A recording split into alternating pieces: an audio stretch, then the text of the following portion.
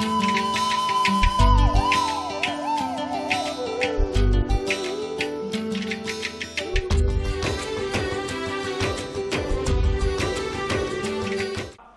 ఎప్పుడు మాట ఇచ్చారు? ద్వాపర యుగంలో ఆయన ఒక మాట అన్నాడు, యదా యదా హి ధర్మస్య గ్లానిర్భవతి భారత అన్నాడు ఆయన. నేను అవతారం ఎప్పుడు తీసుకుంటానో తెలుసా అన్నాడు. ధర్మమునకు హాని కలిగితే వస్తాను అన్నాడు. ధర్మం చెడిపోతుంటే నేను వస్తాను. ధర్మం ఎవరి చేత ప్రోక్తం? ఎవరు చెప్తారు ధర్మాన్ని? ధర్మం నేను చెప్తే ధర్మం అవ్వదు, మీరు చెప్తే ధర్మం అవ్వదు, వేదం చెప్తే ధర్మం అవుతుంది. అయ్యే మీ మాట ఏమైనా వేదం ఏమిటండి అంటారు. అంటే వేదం చెప్పింది ధర్మం, వేదం చెప్పనిది ధర్మం కాదు. వేదం చెప్పనిది నువ్వు ఎంత చేసినా నువ్వు ధర్మమునందు నిలబడిన వాడవు కావు, అది అభ్యున్నతి కారకము కాదు. వేదం ఎలా చెప్పిందో అలా బతుకు, అది అభ్యున్నతికి కారణం. నిచ్చెన మీద పైకి ఎక్కితే ఎక్కుతావు తప్ప నిచ్చెన మీద ఉన్నాను కదండి నేను కిందకి దిగితే పైకి ఎక్కవు. నేను కదులుతున్నాను కదండి నువ్వు ఉయ్యాల్లో కూర్చుని 2 రోజులు ఊగితే కాశీ వెళ్ళవు, ఓ బండెక్కితే కాశీ వెడతావు. వేదం ఎలా చెప్పిందో అలా చేస్తే ఈశ్వరుడి వైపుకి వెడతావు, అది వేద ధర్మం. ఆ వేదము చెప్పిన ధర్మమునకు ఎప్పుడైనా ఇబ్బంది కలిగితే నేను అవతారం తీసుకుంటానన్నాడు. ద్వాపర యుగం వరకు బాగుంది, కలియుగం దగ్గరికి వచ్చేటప్పటికి ముడిపడింది. ఎందుకని? కలియుగంలో లక్షణం ఉంది, రాక్షసులకు ఉపాధి లేదు. రాక్షస ఉపాధి అన్నది కలియుగమునందు సృజింపబడదు. అప్పటి వరకు రాక్షస ఉపాధులు ఉన్నాయి. కలియుగం దగ్గరికి వచ్చేటప్పటికి రాక్షసుడు రాక్షస ఉపాధితో ఉండడు. అందుకే రాక్షస దర్శనాలు ఉండవు ఎక్కడ. అక్కడ రాక్షసుడు ఉన్నాడండి చూసొద్దామంటే ఎక్కడ ఉండరు, కనపడరు. ఎందుకు కనపడరంటే అసలు ఉపాధిని సృజించడు బ్రహ్మగారు, అది యుగ లక్షణం, యుగ ధర్మం అది. మరి రాక్షసుడు ఎక్కడ ఉండాలని అడిగారు, మనిషి మనసులో ఉండన్నారు. కాబట్టి ఎక్కడ ఉంటాడు? మనుషుల మనసులోనే ఉంటాడు.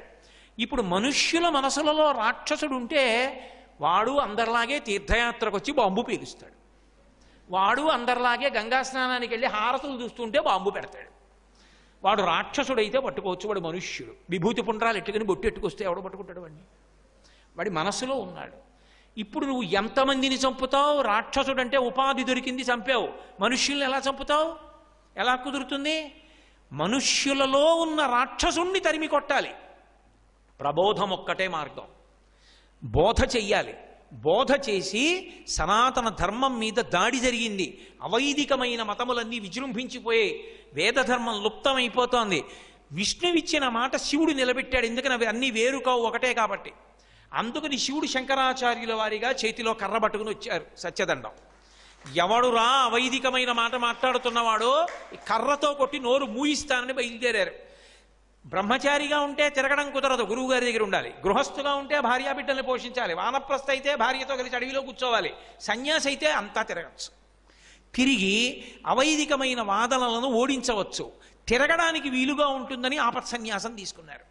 తీసుకుని ఆసేతు హిమాచల పర్యంతం పర్యటించారు. ఎన్నాళ్ళు ఉండడానికి వచ్చారు ఆయన? 8 ఏళ్లే. ఆ తరువాత ఓ కారణానికి 16 ఏళ్ళు ఉంటానన్నారు. వ్యాసుల వారు అడిగారు కాబట్టి ఇంకో 16 ఏళ్ళు ఉంటానన్నారు. 32 ఏళ్ళు. అసలు ముందు 8 ఏళ్లే. 8 ఏళ్లలో వాళ్ళ నాన్నగారు ఇంత పని చేయడానికి బయలుదేరి వస్తున్నారు.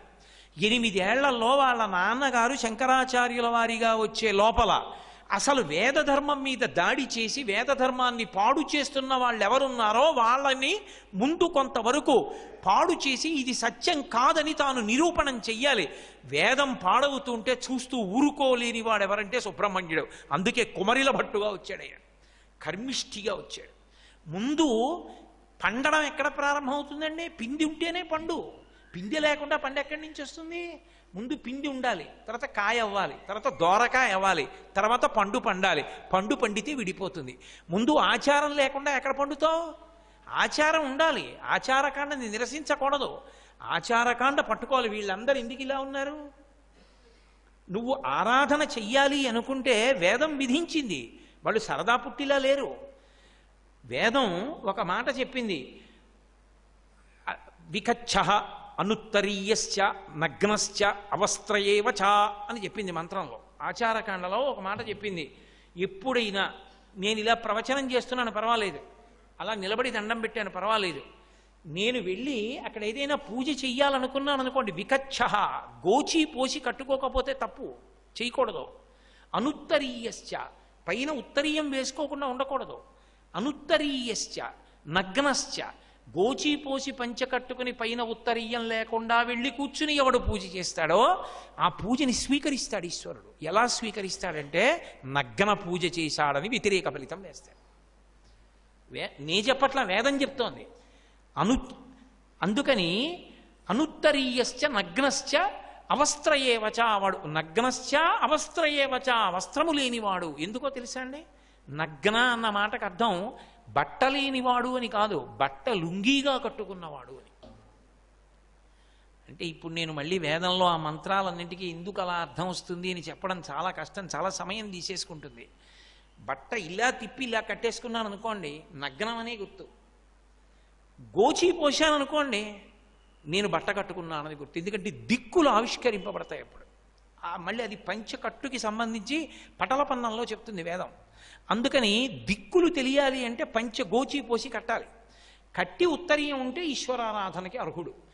ఆచారకాండలో మీరు నిబద్ధతతో ఉన్నారనుకోండి, జ్ఞానావిర్భావమునకు అది హేతు అవుతుంది. ఇప్పుడు ఆయన అమెరికాలో ఎక్కడో చదువుకుని వచ్చాడండి, పరపరా కోసి పారేయగలడు గుండెకాయని. ఓ గోరు చుట్టూ కొయ్యాలి, ప్యాంటు షర్టు విప్పేసి ఆపరేషన్కి డాక్టర్ గారు వేసుకునే సూట్ వేసుకుని చేతులకి గ్లోవ్స్ వేసుకుని ఆపరేషన్ థియేటర్లోకి వెళ్ళాడు. అలా వేసుకోకపోతే ఆయన చేయలేడా అండి అంటే చేయగలడు, కానీ ఆయన అలా చేయడు, అలాగే వేసుకుంటాడు. ఎందుకని? అదొక మర్యాద. ఆయన అలా వేసుకోగానే ఆయనకి దాని మీద దృష్టి నిలబడుతుంది. నేను డాక్టర్ని, నా వ్యక్తిగత అభిప్రాయాలతో ఆ శరీరానికి నాకు సంబంధం లేదు. నల్లగా ఉన్నవాళ్ళంటే అసహ్యం అనుకోండి. ఒక ఆయనకి లోపలికి వెళ్ళి నల్లగా ఉన్నాడు, వీడి గోరు చుట్టూ కొంచెం 2 అంగుళాలు యువతల వరకు కోసేస్తానండవు. లేకపోతే తెల్లగా ఉన్నాడు పాపం కొయ్యడం ఏంటి, బాధపడతాడని కొయ్యకుండా ఉన్నాడు. నల్లగా ఉన్నాడా, తెల్లగా ఉన్నాడా, పొట్టిగా ఉన్నాడా, పొడుగ్గా ఉన్నాడా, ఆడదా మగాడా అన్న విషయం కూడా శరీరంతో ఆయనకి సంబంధం ఉండదు. ఆడతనాన్ని మగతనాన్ని కూడా అప్పుడు చూడడు, వ్యాధిని చూస్తాడంతే. అందుకని వైద్యుడు నారాయణుడయ్యాడు. అలా నిలబడడానికి కావలసినటువంటి పవిత్రత మనసుకి ఆ వస్త్రం ఇచ్చింది. ఏ డాక్టర్ గారు సూట్ వేసుకుని నాన్నగారికి ఆపరేషన్ చేస్తే పనికొచ్చిందా? మడి కట్టుకుని ఒక ఆయన పూజ చేస్తే నీకు వంకర వచ్చిందా? నీ దృష్టిలో వంకర ఉంది, ఆయన సాంప్రదాయంలో వంకర లేదు. నువ్వు ఆవుని చంపేద్దామని దానికి పులిని పేరు పెట్టి చంపేశావు, అది ఆవి, నీకు తెలుసు అది ఆవని.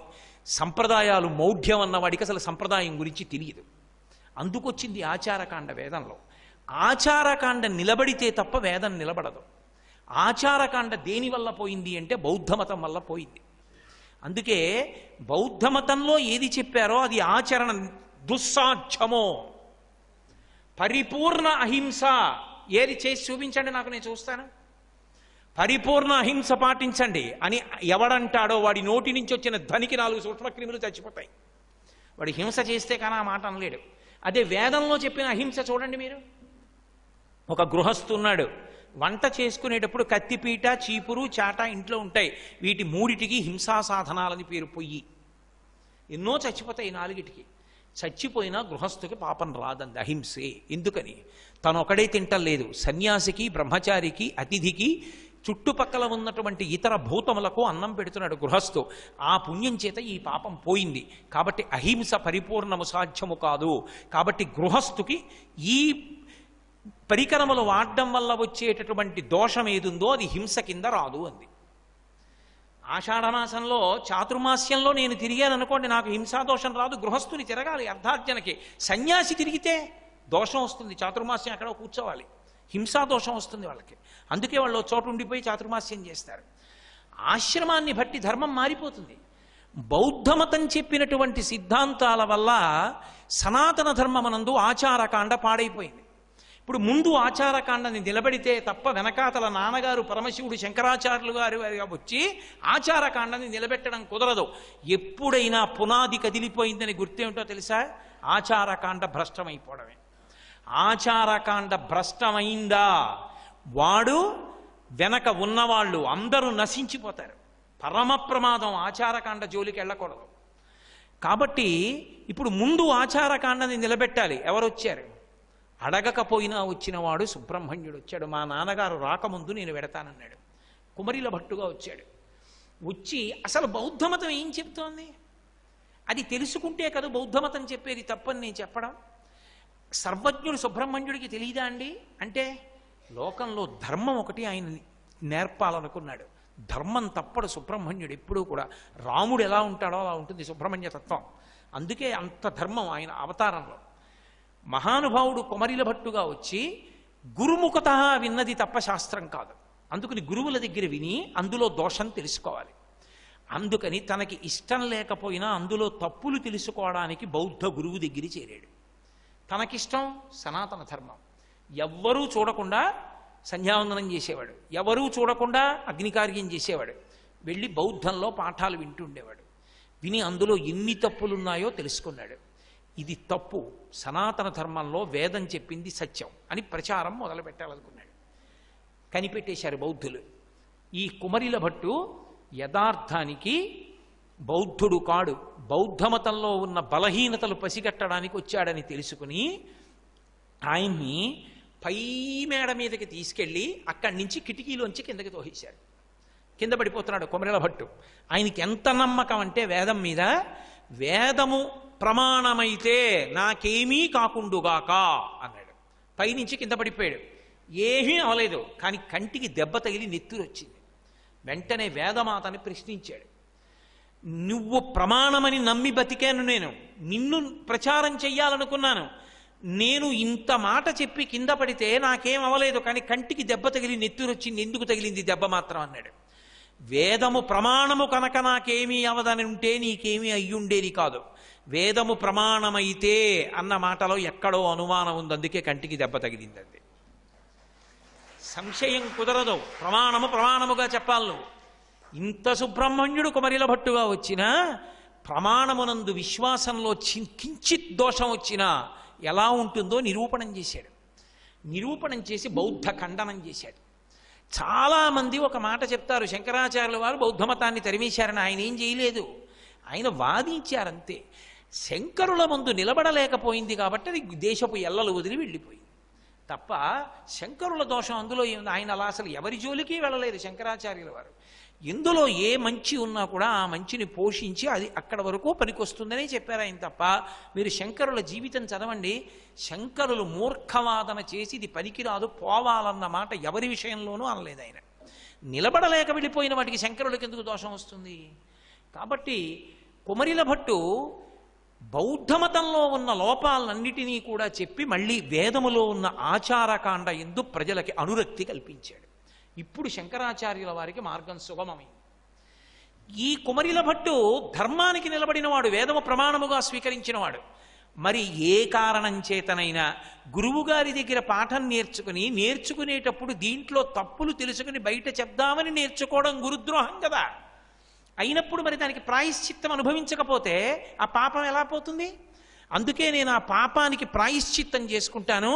గురుద్రోహం అంటే సామాన్యమైన ద్రోహం కాదు, అందుకని నేను తుషాగ్నిలో కాలిపోతానన్నాడు. అంటే లోకానికి పాఠం చెప్పడం కోసం గురుద్రోహం చేయకూడదని చెప్పడానికి తుషాగ్ని అంటే ఊక. ఇటకల బట్టీలని మీరు ఎప్పుడైనా చూశారో లేదో, తూర్పుగోదావరి జిల్లాలో కనబడతాయి. ఊక పోసేసి ఊకకి కింద ఎక్కడో నిప్పెడతారు, అది వ్యాపిస్తూ వస్తుంది. ఎంత వేడంటే ఊక కాలుతున్నప్పుడు ఆ ఊక మధ్యలో కూర్చున్నాడు. కింద నుంచి అది కాలుతూ వస్తుంటే ఆ సెగకి శరీరంలోంచి నెత్తురు వదిలిపెట్టేసి మాంసం ముద్దలు ముద్దలుగా పడిపోతుంది. చివరికి అందులోనే ఆహుతి అయిపోతుంది. అంత బాధకి ఓర్చి శరీరాన్ని విడిచిపెట్టేశాడు.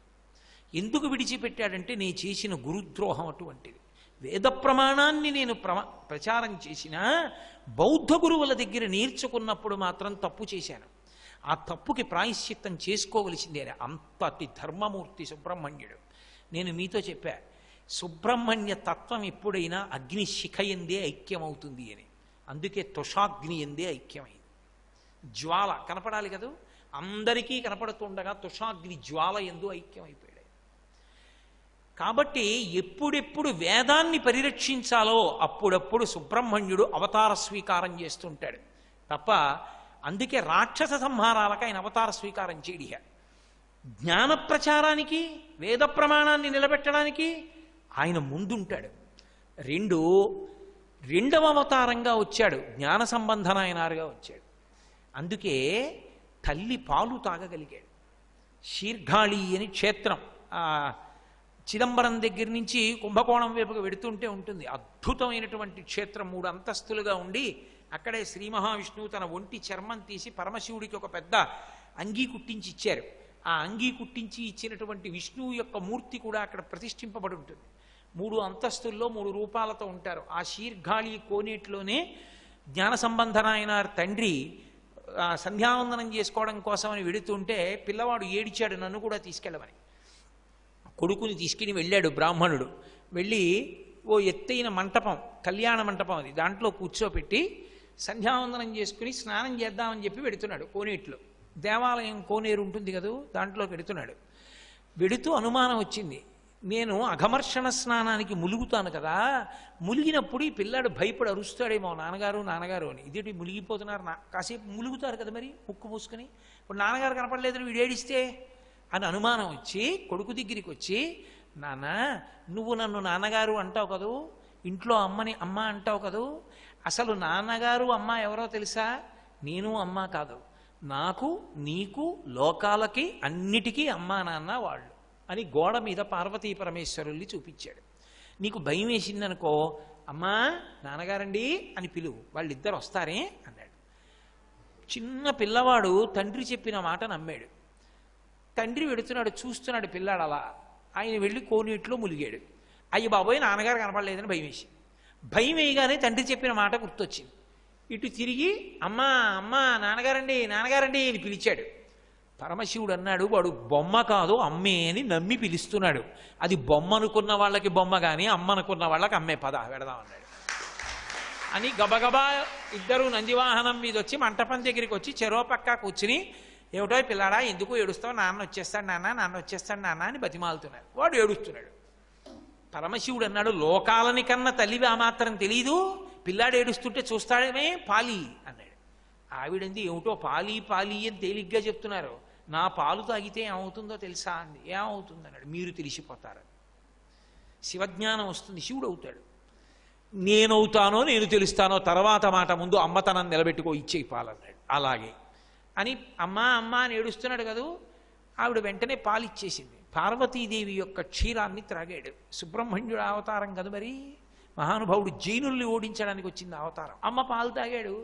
వాళ్ళిద్దరు కనపడతారా ఏమి? తండ్రి తిరిగి వచ్చాడు. తిరిగి వచ్చి ఆ పిల్లాడిని ఎత్తుకున్నాడు. పాలున్నాయి మూతి పక్కన. పాలు ఎక్కడవిరా అన్నాడు. మీరు చెప్పారుగా అమ్మని పిలిచాను పాలు ఇచ్చింది అన్నాడు. తండ్రి నమ్మలేదు. ధూర్తుడా ఎవరి పాలు తాగేవరా అని దెబ్బలాడి తుడిచి తీసుకెడుతున్నాడు. ఒక్కొక్క మంటపం దాటుతుంటే పిల్లవాడు చిన్న చిన్న చేతులు చప్పట్లు తెరుస్తూ పత్తికాలు పాడుతున్నాడు. ఆ పత్తికాలకి పరవశించిపోయి పార్వతీ పరమేశ్వరులు వీడి చేతులు నిప్పెడతాయని పైనుంచి చిడతలు వదిలేరు. ఆ చిడతలు వాయిస్తూ పత్తికాలు పాడుతూ లోపలికి వెళ్ళాడు. ఆ పైన జ్ఞాన సంబంధనాయన జీవితంలో ఏ గుడికి వెళ్ళినా పరమశివుడు ధర్మకర్తల మండలికి కల్లో కనపడి, జ్ఞాన సంబంధుడు వస్తున్నాడు, నేను ఎక్కే పల్లకి పంపించండి అని మేళతాళాలు పల్లకి పంపించేవాడు. ఆ పల్లకి ఎక్కువస్తుండేవాడు జ్ఞాన సంబంధనాయన. 63 మంది శైవ నాయనార్లలో జ్ఞాన సంబంధనాయనార్ చిన్నవాడు, వయసులో పెద్దవాడు అప్పర్. వీళ్ళిద్దరూ కలిసి వెడుతుండేవారు ఎక్కడికి వెళ్ళినా. ఆ జ్ఞాన సంబంధనాయనార్ సాక్షాత్తు సుబ్రహ్మణ్యుని యొక్క అవతారం. జైన మతాన్ని ఓడించి జైనులను కట్టడి చేసి దక్షిణ దేశంలో మళ్ళీ సనాతన ధర్మాన్ని నిలబెట్టడంలో అగ్రగణ్యమైనటువంటి పాత్ర పోషించినటువంటి వాడు జ్ఞాన సంబంధుడు. చాలామంది అనుకుంటారు, ఇవాళ రోజున మనం ఎక్కడ చూసినా గోవిందనామని చెప్తాం. ఏదో నారాయణ సేవ జరుగుతోంది అనుకోండి, భోజనాలు పెడుతుంటే భోజన ప్రారంభకాలే గోవిందనామస్మరణ గోవిందా గోవింద అంటారు. మధ్యలోకి వస్తే భోజన మధ్యకాలే గోవిందనామస్మరణ గోవిందా గోవింద అంటారు. ఏదానివ్వండి, ఏదో 10 మంది కలిసి కూర్చుని పిల్లాడు పుట్టాడు అనుకోండి, వాడికి గోవిందా గోవింద అని నేర్పుతారు. వాడు ఏంటి పరీక్ష తప్పిపోయాడు అనుకోండి, గోవింద కొట్టేశాడండి అంటే. ఆఖరికి 4 కలిసి ఒకటిని ఎత్తేయవలసి వచ్చింది అనుకోండి, అప్పుడు కూడా గోవిందా గోవింద అంటూ ఎత్తేస్తారు. గోవిందనామం ఇమిడిపోయింది మన సంస్కృతిలో. దేనికైనా గోవింద గోవింద అనకుండా ఉండం మనం. ఈ గోవింద ఈ నామాన్ని ప్రచారం చేసిన వారు ఎవరో తెలుసా? శంకరాచార్యుల వారు. శంకరాచార్యుల వారు గోవిందనామాన్ని ప్రచారం చేశారు. భజ గోవిందం భజ గోవిందం గోవిందం భజ మూఢమతే సంప్రాప్తే సన్నిహితే కాలే నహి నహి రక్షతి డుక్రూంకరణి. గోవిందా అనండి అని లోకానికి నేర్పిన వారు శంకర భగవత్పాదులు. వారు వేసిన బీజం ఇవాళ ఎక్కడ చూసినా గోవిందనామం. హరహర మహాదేవ శంభో శంకర ఇది నేర్పిన వారు ఎవరో తెలుసా? జ్ఞాన సంబంధనాయనారు. జ్ఞాన సంబంధుడు ప్రచారం చేశాడు ఆ నామాన్ని, ఆ శివనామాన్ని లోకమంతటా అండం. ఆ జ్ఞాన సంబంధుడు పరమశివుని యొక్క అనుగ్రహంతో ఎన్నో క్షేత్రాలకు వెళ్ళి ఎంతో ప్రచారం చేసి జైనమత ఖండనం చేశాడు. జైనమత ఖండనం చేసి మళ్ళీ వైదిక ధర్మం నిలబడడానికి కారణమయ్యాడు. ఆయన సుబ్రహ్మణ్యేశ్వర స్వామి వారి యొక్క అవతారం. అందుకే తల్లిపాలు తాగగలిగాడు మహానుభావుడు. ఆయన చిట్ట చివర చాలా పెద్ద చరిత్ర జ్ఞాన సంబంధన ఆయనది. ఆయన అరుణాచలం వచ్చినప్పుడు ఒక్కసారి మాత్రం ఆయన చెప్పులు కూడా ఎత్తుకుపోయారు. ఆయన చెప్పులు కూడా ఎత్తుకుపోయి పెద్ద మేళతాళాలతో పల్లకీలో వస్తున్నాడు శిష్యులతో. వస్తుంటే ఏదో దూరంగా వంటలు చేస్తున్నట్టు కనబడితే అక్కడికి వెళ్ళాడు. వాళ్ళు దొంగలు. వాళ్ళు ఆయన చెప్పుల దగ్గర నుంచి ఉన్న వస్తువులన్నీ ఎత్తుకుపోయారు.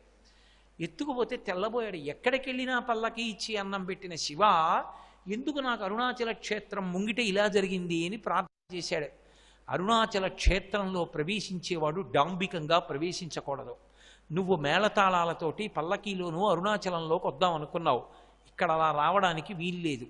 నువ్వు నిరాడంబరంగా అరుణాచలంలో ప్రవేశించవలసింది. దొంగలెవరో కాదు, శివుని యొక్క ప్రమదగణములే అని మళ్ళీ పరమశివుడు అన్నం పెడితే అన్నం తిని అరుణాచలంలోకి వెళ్ళాడు జ్ఞాన సంబంధుడు.